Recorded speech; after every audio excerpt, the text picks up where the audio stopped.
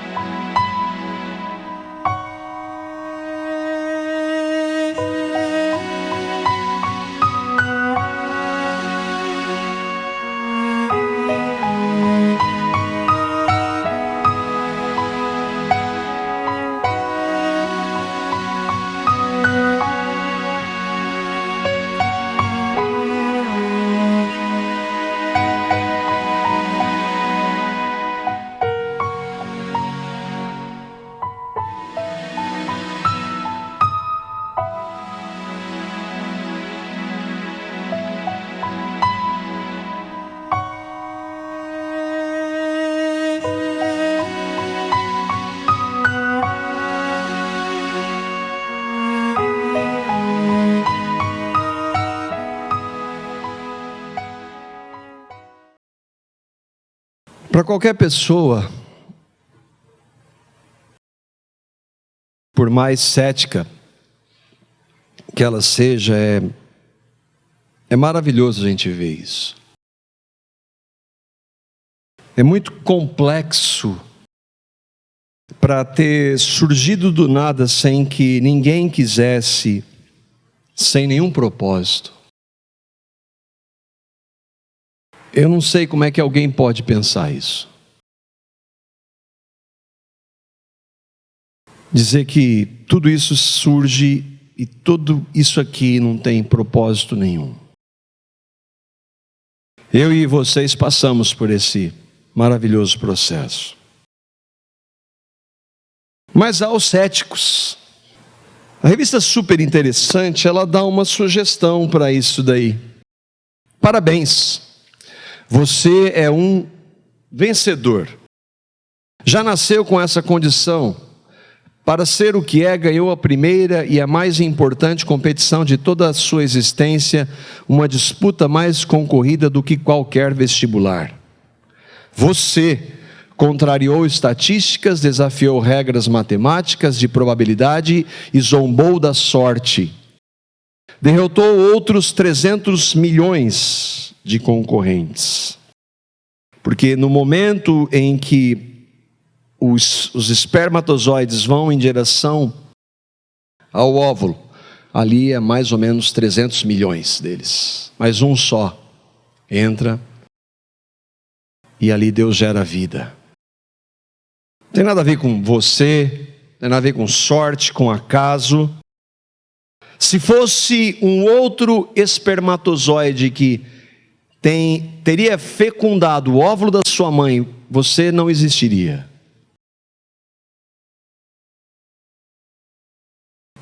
Para uma revista que tem tantas propostas de agnósticas e de menosprezo da fé como essa, foi o acaso, foi a sorte, foi você. Mas não para Deus. E diante da afirmação Deus, alguns vão perguntar, como a gente às vezes ouve, qual Deus? Que Deus? Você está falando do Espiritismo? Porque tem o Deus do Espiritismo. Tem o Deus do judaísmo, que é diferente. Tem o Deus do islamismo. Tem os deuses do hinduísmo. Tem o Deus dos mormons, dos testemunhos de Jeová, católicos, evangélicos. Qual Deus você está dizendo? E a resposta é o único Deus que existe, Deus da Bíblia. O Deus das Escrituras, o único Deus.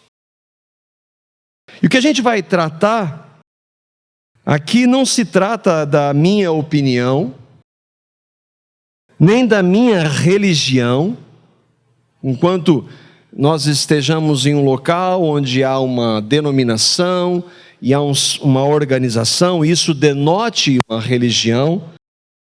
O que nós vamos ver não se trata de religião, nem da minha escolha, nem porque eu sou contra a crença A, B ou C, nem da minha interpretação. O que a gente vai ver está na palavra de Deus. Mas que Deus? Como é que é esse Deus? Como é que eu sei desse Deus? Quem Ele é? Como eu posso saber quem Ele é? O único Deus, o Deus da Bíblia. E durante a história, nossa história tem se tentado, a partir do que a palavra de Deus diz, definir. É impossível definir Deus. Mas nós temos algumas características desse Deus escritas em sua palavra. E aqui um grupo de irmãos, alguns anos atrás, tentou fazer isso. Eles chegaram a essa definição: o Senhor nosso Deus é somente um. O Deus vivo e verdadeiro, cuja subsistência está em si mesmo, ele sempre existiu e provém de si mesmo. Esse Deus, ele é infinito em seu ser e perfeição, cuja essência por ninguém pode ser compreendida, senão por Ele mesmo. Ele é um Espírito puríssimo, invisível, sem corpo, membros ou paixões.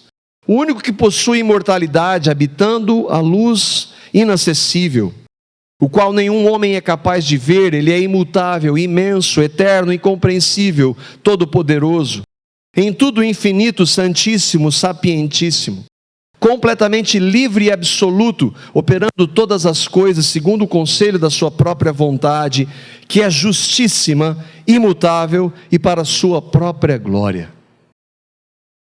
Essa definição vem a partir de inúmeros textos das Escrituras que definem quem é esse Deus.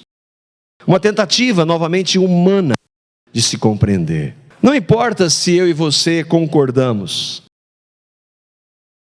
Deus não depende de nós concordarmos, aceitarmos o que Ele tem para nós. Então talvez você pergunte, mas como é que Deus vai falar? Por você que está aí um pouquinho, só porque você está em um degrau acima? Não. Ele vai falar pelo único meio que Ele tem para falar conosco hoje e sempre, que é pela sua palavra. Ele já falou de maneira audível há muitos anos, pelos profetas. Ele já se manifestou fisicamente na pessoa do Filho. Mas hoje nós só temos uma base para ouvir Deus falar, e essa base é a Escritura. O único Deus que existe tem para nós a sua palavra. Nossa única regra de fé e de prática. Em Hebreus capítulo 4, versículo 12, nós vemos que Deus fala pela sua palavra. A palavra de Deus, ela é viva e poderosa, ou viva e eficaz, e ela corta mais do que qualquer espada afiada dos dois lados. Ela vai até o lugar mais fundo da alma e do espírito, vai até o íntimo das pessoas e julga os desejos e pensamentos do coração delas. Uma versão, nova tradução na linguagem de hoje, uma linguagem talvez um pouco mais simples. E a palavra de Deus, o que é? A Bíblia, Gênesis, Apocalipse, Deus fala só pela sua palavra. Ele usa homens, mas os homens que falam da parte de Deus têm uma base só, a sua palavra. A Bíblia não é um livro, ainda que nós o tenhamos como um livro. É muito mais que isso. Ainda que esteja nas nossas mãos, ou às vezes numa tela, projetado, ela é muito mais do que isso. É Deus falando. Não há erro no que Deus diz, nem no que Ele deixou para nós revelado na sua palavra. E o que nós vamos tratar aqui, já que é a palavra de Deus, é verdade. Não é uma teoria, não é uma hipótese, não é uma possibilidade, é verdade. Não verdade relativa, verdade absoluta. Não existe verdade relativa, como se quer defender por aí. E eu só vou expor o que a palavra de Deus diz. Eu não tenho nada para falar a partir de mim mesmo. O meu desejo é que, se você ainda não crê, é que você receba a Cristo. É que você creia e seja convertido a Cristo. Não a comunidade cristã de Londrina, mas você seja convertido a Cristo, para que a sua existência tenha significado, tenha sentido. Eu sei pela palavra de Deus que eu não posso fazer isso. Tenho absoluta e plena convicção de que nada do que eu faça pode converter quem quer que seja. Mas como eu creio na palavra, que ela é viva e eficaz, e que o Espírito Santo de Deus, que inspirou essa palavra, fala por meio dela, eu creio no poder dela, que pode transformar qualquer pecador em filho de Deus, como nós cantamos. Ele fez isso comigo. Ele pode fazer. E é nesse poder que eu descanso. É importante também, de acordo com a Escritura, é que você saiba que você é absolutamente responsável diante do que você está ouvindo. Conquanto seja Deus quem revele, quem abra o nosso entendimento, coração para receber, eu e você somos responsáveis por receber ou não o que nós vamos ver. Eu e vocês somos responsáveis a respeito do que nós vamos fazer com o que nós vamos ouvir da palavra de Deus. Eu queria considerar com vocês 7 verdades que Deus fala sobre a minha e a sua existência. E a primeira delas é que eu e você existimos porque Deus quis. É simples assim, Deus quis que eu e você existíssemos. E nós vimos lá naquele pequeno vídeo, e de acordo com a ciência, que havia 300 milhões de outras possibilidades que não fôssemos eu e você.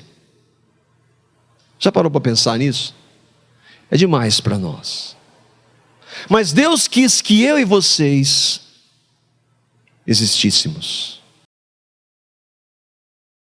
Não foi você, portanto, não foi o acaso, não foi a mãe natureza, não foram ETs. Um famoso cientista que nega a existência de Deus, ele disse que a possibilidade de vida seriam ETs, mas não foram ETs. Foi o Deus da Escritura. E a palavra dele diz isso para todos. O Salmo 33, os versículos 8 e 9, diz assim: toda a terra tema o Senhor, e tremam diante dele todos os habitantes do mundo, pois ele falou e tudo se fez, ele ordenou e tudo surgiu. Deus Todo-Poderoso, aquela descrição que nós vimos, criou tudo pela sua palavra. Ele disse e tudo aconteceu. Toda a terra tema ao Senhor, reverencia a Deus. Tremam diante dele. Por que tremam? É só a gente ver quem ele é, o poder dele e a nossa pequenez e insignificância. Todos os habitantes do mundo, todo ser humano, desde o primeiro criado até o último. Mas por que tremam diante dele? Pois ele falou e tudo se fez. Galáxias, planetas da Terra, as plantas, os animais, os seres humanos, eu e você. No momento que o espermatozoide do seu pai fecundou o óvulo da sua mãe, Deus gerou vida ali, a sua vida. Quando que começa a vida? Essa é uma pergunta feita hoje, e volta e meia ela está surgindo para se justificar um aborto. Naquele momento Deus dá a vida, Deus gera a vida na concepção,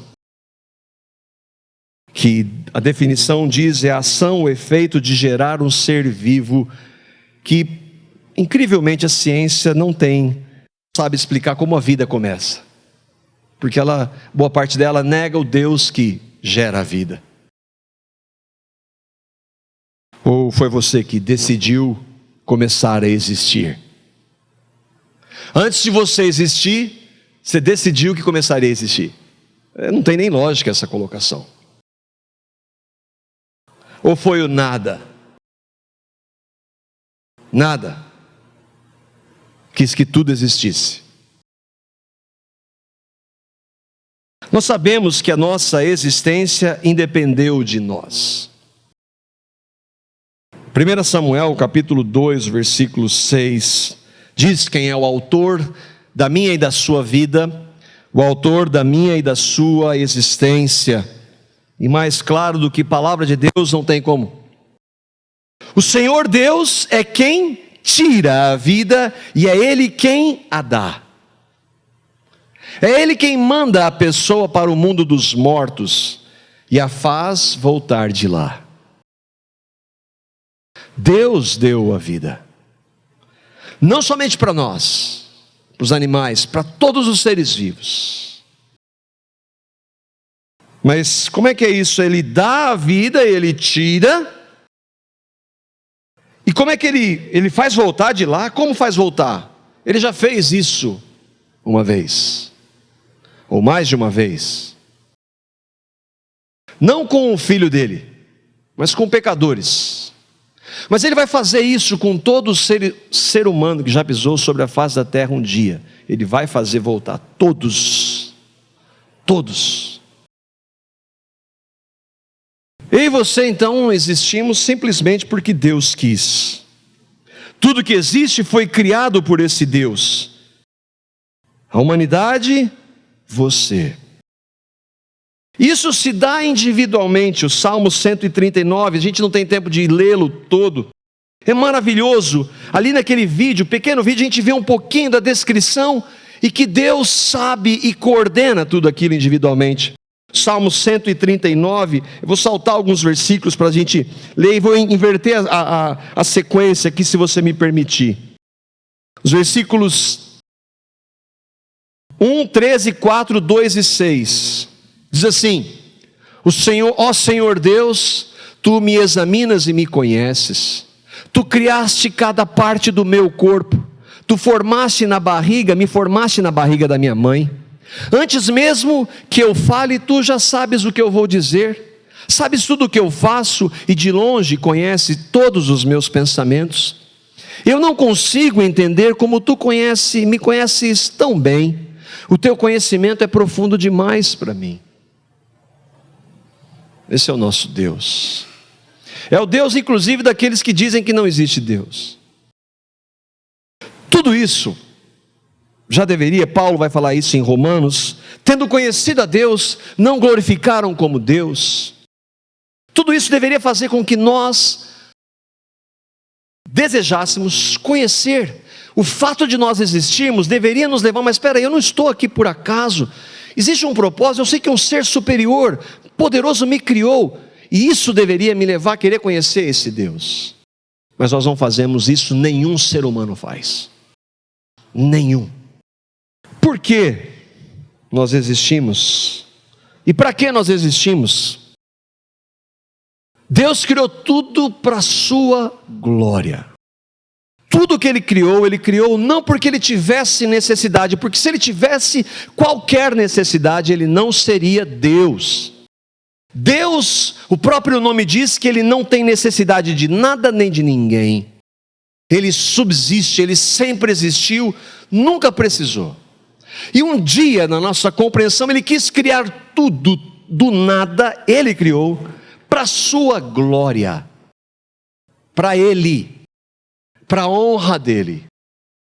Apocalipse, capítulo 4, versículo 11, diz isso de maneira clara: Tu, Senhor e Deus nosso, és digno de receber a glória, a honra e o poder, porque criaste todas as coisas, e por Tua vontade, elas existem e foram criadas. Tu, Senhor e Deus nosso. Aqui alguém que está dizendo é João, alguém que reconhece esse Deus, que crê nele. Ele é o único Deus. O Senhor Deus, o único Deus que existe, é o único que é digno é merecedor de receber glória. Glória é o que? Louvor, exaltação. Elas às vezes se confundem com honra e poder. Por que que Deus? Porque Deus, e só Ele, criou todas as coisas. Por que que Ele criou todas as coisas? Por sua vontade elas existem e foram criadas para a glória dEle. É assim. Uma vez eu estava falando do Evangelho para alguém, e ele falou assim: mas esse Deus aí, Ele quer tudo para Ele. É exatamente. É tudo para a glória dEle. O que é para a glória de Deus? O que glorifica a Deus? Tudo que honra a Deus. Todo aquele que serve, que obedece, que o louva, que o adora, que o reverencia e que o conhece.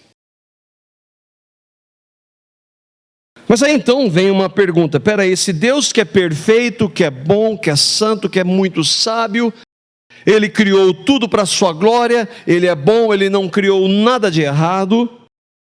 Como é que crianças que, diferentemente desse vídeo que nós vimos, nascem debilitadas?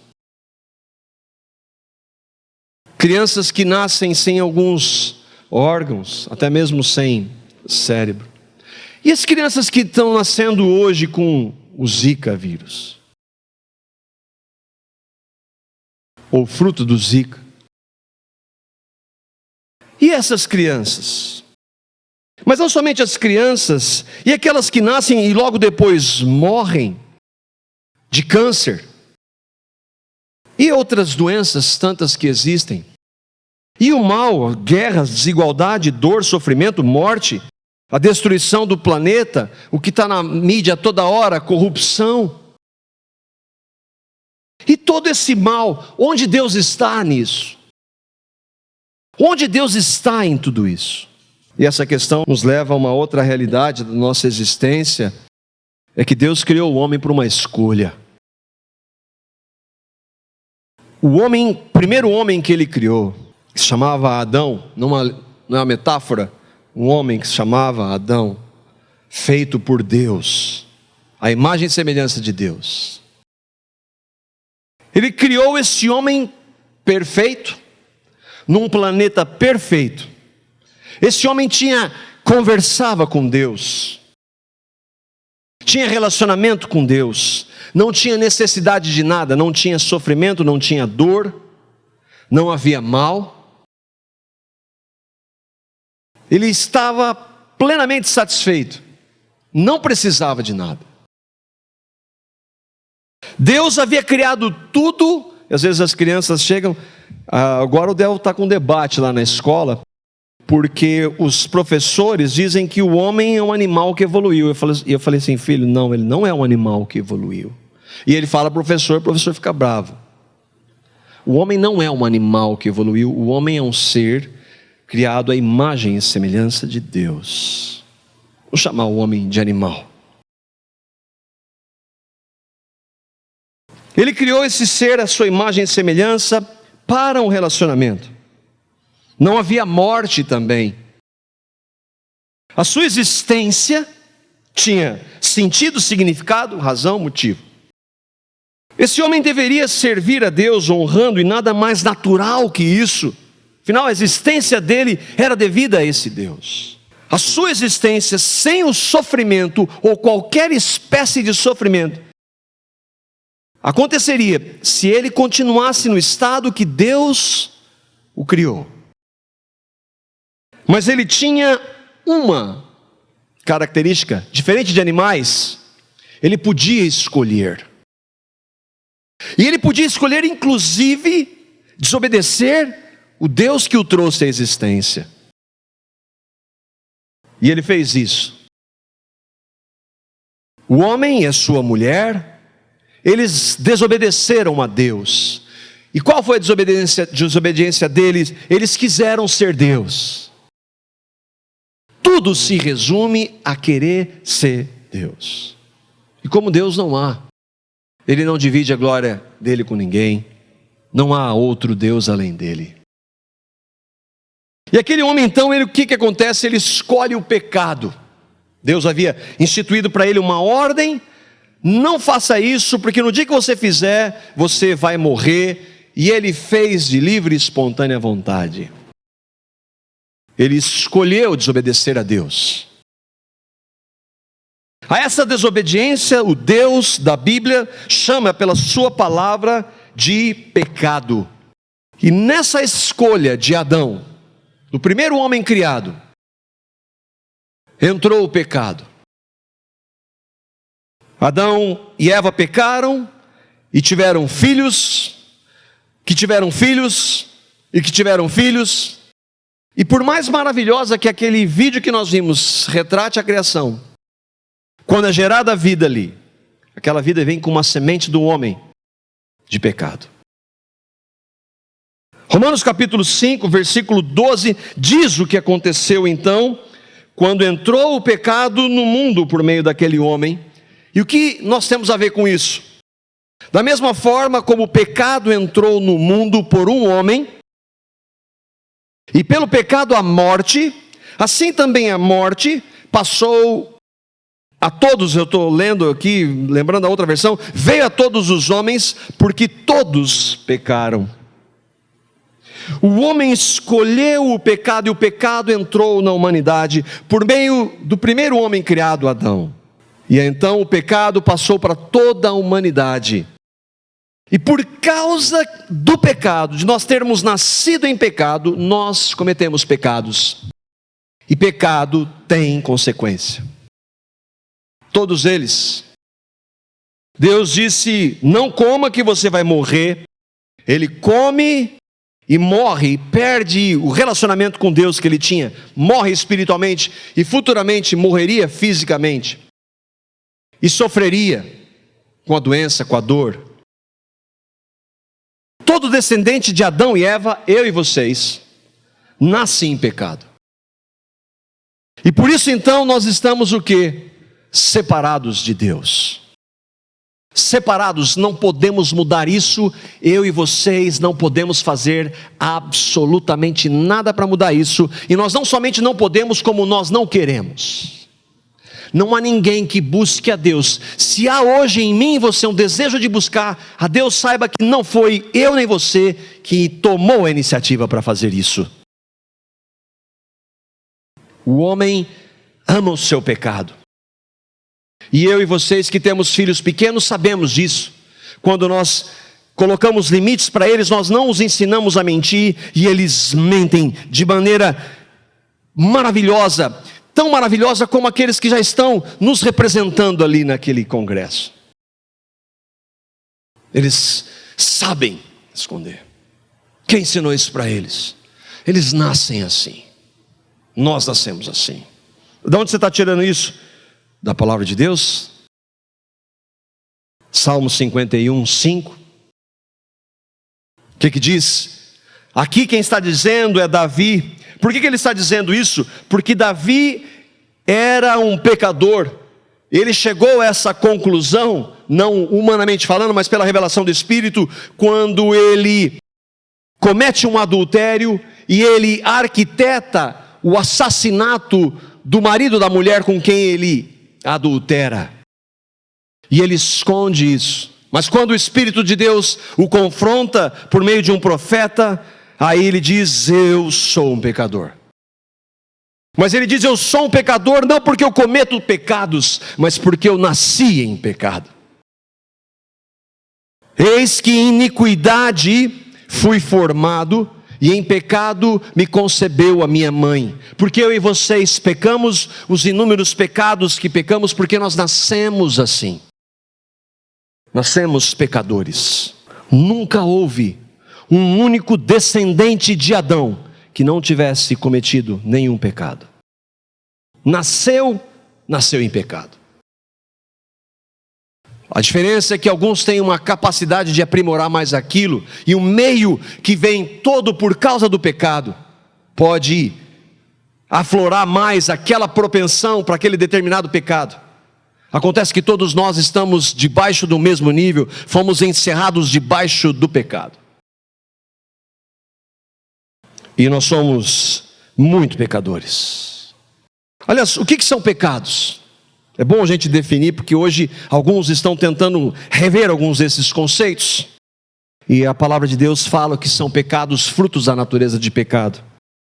O primeiro texto é 1 Coríntios capítulo 6, versículos 9 e 10, que diz, eu vou ler, e cada um dos pecados listados a gente vai ver o que eles significam.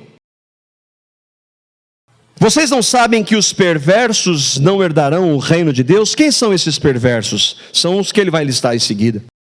Não se deixem enganar, nem imorais. Que são imorais? Qualquer um que pratique qualquer distorção sexual, como pedofilia, pornografia, sexo fora do casamento, uma linguagem obscena e maliciosa, está entre imoral. Nem idólatras. Que são idólatras? Aqueles que adoram, veneram, se prostram diante de imagens esculpidas de pessoas, de animais, de coisas. Nem adúlteros, aqueles que têm um caso, né, são palavras, ou aqueles que pulam a cerca. Adultério é isso. Mas é mais, quando Jesus disse, quando um homem ou uma mulher, um homem olha para uma mulher com uma intenção impura no seu coração, ele cometeu adultério. Isso serve para a mulher. Nem homossexuais, nem ladrões. Que são ladrões? Corruptos, Só corruptos? Corruptores.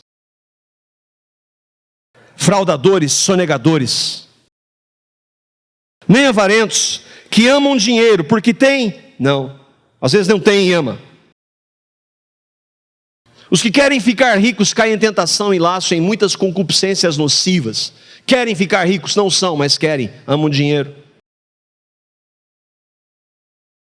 Nem alcoólatras, nem caluniadores que dizem inverdades dos outros, nem trapaceiros herdarão o reino de Deus. Tem mais um, Apocalipse 21:8. Mas os covardes, aqueles que se dizem cristãos e abandonam a fé. Os incrédulos, aqueles que ouvem o evangelho, como eu e vocês estamos ouvindo e rejeitam o evangelho. Os depravados, mesma coisa de imorais. Os assassinos, esses nós sabemos, mas Jesus colocou um nível mais alto. Quando você deseja mal para uma pessoa, ou tem uma palavra com uma pessoa dura, você é como um assassino. Os que cometem imoralidade sexual, vimos. Os que praticam feitiçaria, como espiritismo, esoterismo, consulta médiuns, candomblé, bruxaria, misticismo. Os idólatras, vimos.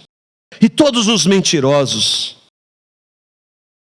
Os que cometem mentira branca, a benéfica e a enganosa. Se é que dá para fazer esse tipo de distinção, mas tem. O lugar deles será no lago de fogo que arde com enxofre. Isso são pecados. Alguns vão dizer que nós não devemos entrar por esse ponto.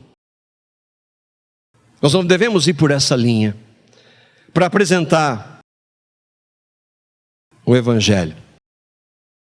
Mas eu queria que você respondesse para você mesmo. Dessas duas listas, há alguma coisa nelas que você já tenha feito? Você não precisa responder para mim. Alguma coisa, você está percebendo que eu estou sendo irônico? Alguma coisinha.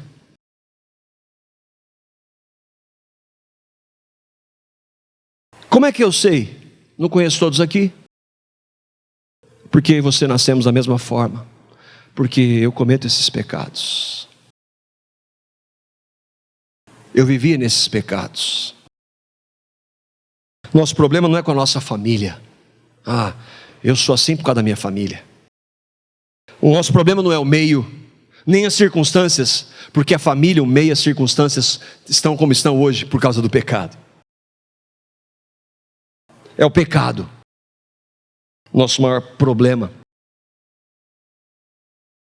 Como é que tem que falar? Porque se alguém está com câncer, você não adianta dar um diagnóstico de gripe para ele. Você tem que mostrar, olha, isso aqui somos eu e você. É um diagnóstico duro, mas é a verdade. E nós cremos naquele que é a verdade, que tem o poder de transformar essa realidade. Isso evidencia que nós somos pecadores, e aqueles que vivem assim não herdarão o reino de Deus, e vão para o lago que arde com fogo e enxofre. Aqueles que vivem nessas práticas não conhecem a Deus, não têm relacionamento com Deus, estão separados de Deus. Acontece que nessa vida não acaba lá na morte. Nós jamais deixaremos de existir. Hebreus capítulo 9, versículo 27. Aos homens está ordenado morrerem uma vez, e vindo depois disso o juízo. Morreu, acabou? Não. Morreu, tem um juízo. E juízo tem um tribunal. E um tribunal há ou condenação ou absolvição. Condenados, como nós vimos, todos nós já nascemos. Nascemos em pecado e cometemos os zilhões de pecados que nós cometemos.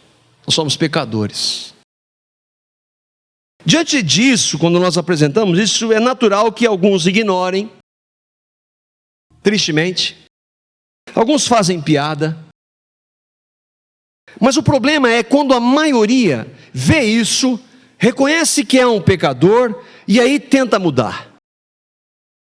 E eu vou parar de fazer isso. Agora então eu vou pegar essa lista essas duas listas de pecados e eu vou mudar a minha vida. Eu vou parar de fazer isso e aí eu vou apresentar para Deus. Eu vou tentar pelos meus esforços, eu vou tentar pela minha religião que diz que eu tenho que fazer isso ou aquilo. E a religião, seja ela qual for, inclusive a religião evangélica. Eu vou dizer que daí, eu não mato mais, eu não minto mais, eu não roubo mais. Eu pago os impostos, eu sou fiel para minha esposa. A partir de agora eu mudei. Deus vai considerar, né? Não. Não vai. Não há nada que nós façamos que possa mudar nossa realidade.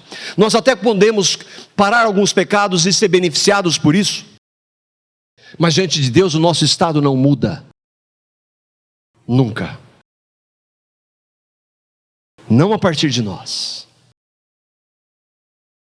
Bom, eram 7. E agora? Para salvar a sua existência, só Ele pode. Só Cristo pode. Só Jesus Cristo, o Filho de Deus, o Deus encarnado, que diferentemente de nós, nasceu sem pecado, nunca cometeu pecado, porque Ele é Deus. Só Deus pode salvar o homem. Para que a minha e sua existência tenha sentido, só Cristo. Ninguém vai encontrar sentido fora de Cristo. Não vai encontrar em família, não vai encontrar em filhos, não vai encontrar em sucesso profissional, não vai encontrar em dinheiro. Só Cristo. E conhecereis a verdade, ele disse, a verdade é Ele, e a verdade vai libertar vocês. Eu e vocês só vamos ter sentido e significado para a nossa existência o dia que nós crermos e recebermos a Cristo. Como é que isso acontece, então? Romanos capítulo 5, versículo 8, nosso último texto. Já que eu e vocês nascemos em pecado, cometemos inúmeros pecados como nós vimos, não podemos mudar isso. Não, a nossa religião, seja ela qual for, não pode mudar o que nós somos e fazemos. O que precisa acontecer? É só Cristo, mas como isso acontece? E esse texto diz como isso acontece.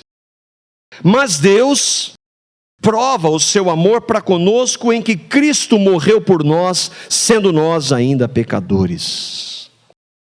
O que isso significa? Primeiro é que só há alguém que pode fazer isso, e esse alguém é Deus. Deus tomou a iniciativa. Deus pode salvar o homem. Só Ele pode salvar. Nós não somente não podemos, como não queremos. E mesmo que eu tente, vai ser religião. Religião é sempre sinônimo de hipocrisia. Aqui vocês estão vendo alguém aqui em cima, vocês não sabem o que tem aqui dentro. Exteriormente eu posso apresentar uma boa fachada, mas isso não conta diante daquele que vê coração. Deus tem que tomar a iniciativa e Ele tomou. O segundo é que Ele fez, esse Deus tomou essa iniciativa por amor. Ele provou o seu amor. Ele faz por amor, porque Ele é amor.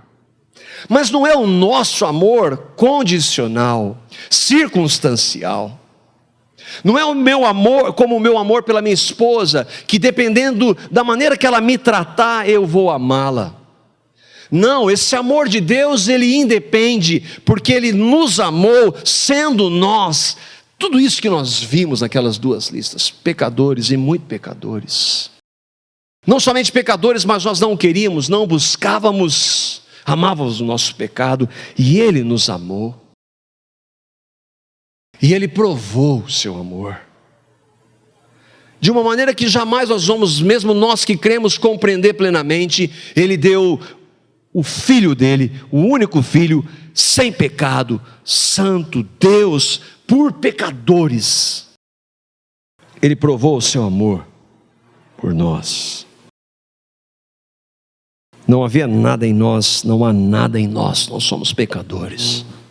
Cristo morreu por nós. E o que ele está dizendo, ele prova o seu amor, e isso ele fez de que maneira? De graça. Porque se nós não tínhamos nada para oferecer, nós não buscávamos, não queríamos, e ele tomou a iniciativa, ele fez de que forma? Ele deu o seu Filho, deu de graça. De graça para nós, não para ele.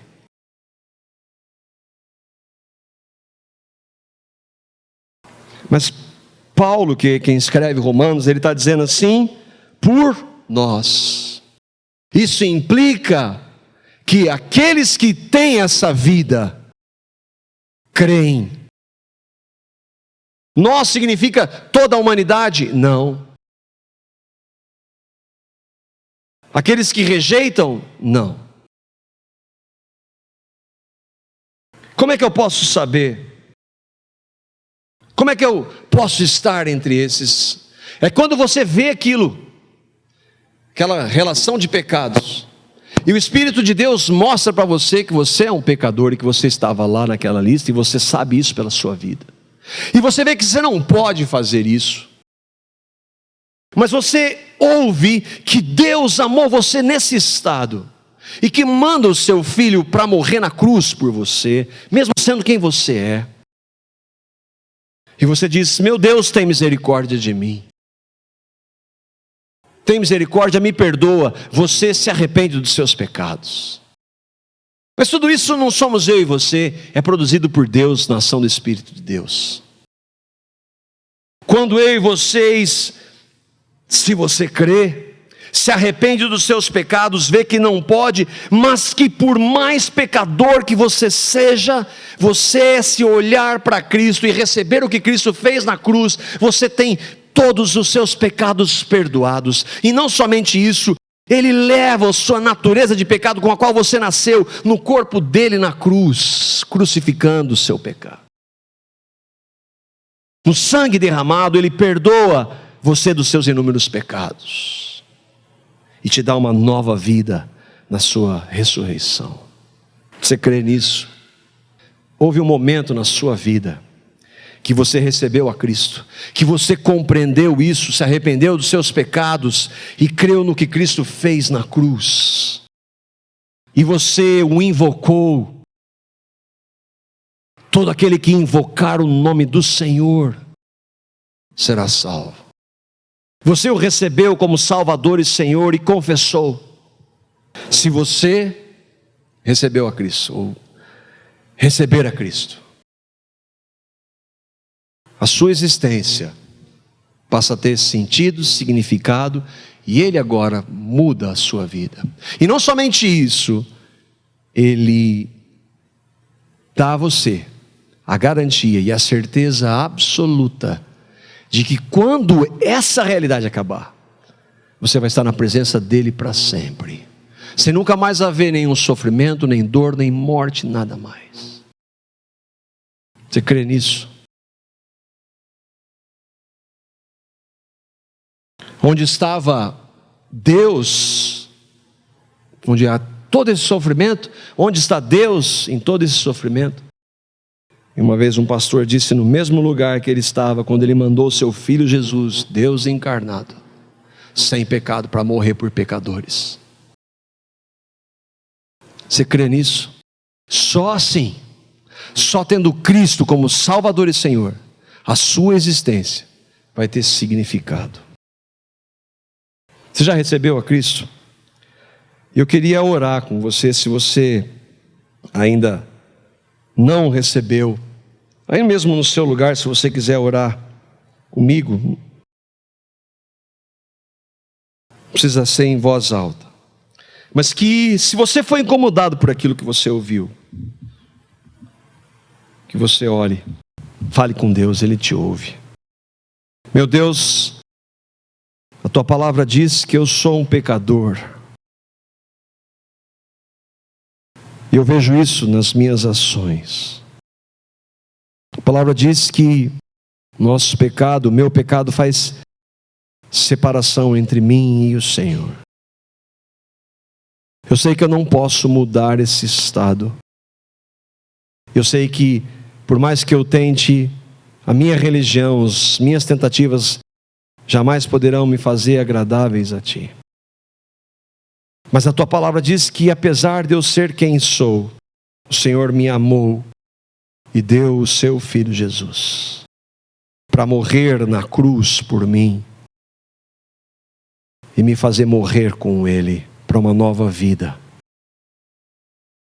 Senhor, eu recebo pela fé o que Cristo fez. Me arrependo dos meus pecados. E o recebo, Senhor Jesus, como Salvador e Senhor da minha vida. Muda a minha vida, Senhor. Me ajuda e me capacita a partir de agora a viver para aquilo que o Senhor me criou, para a sua honra e para a sua glória. No nome de Jesus. Amém.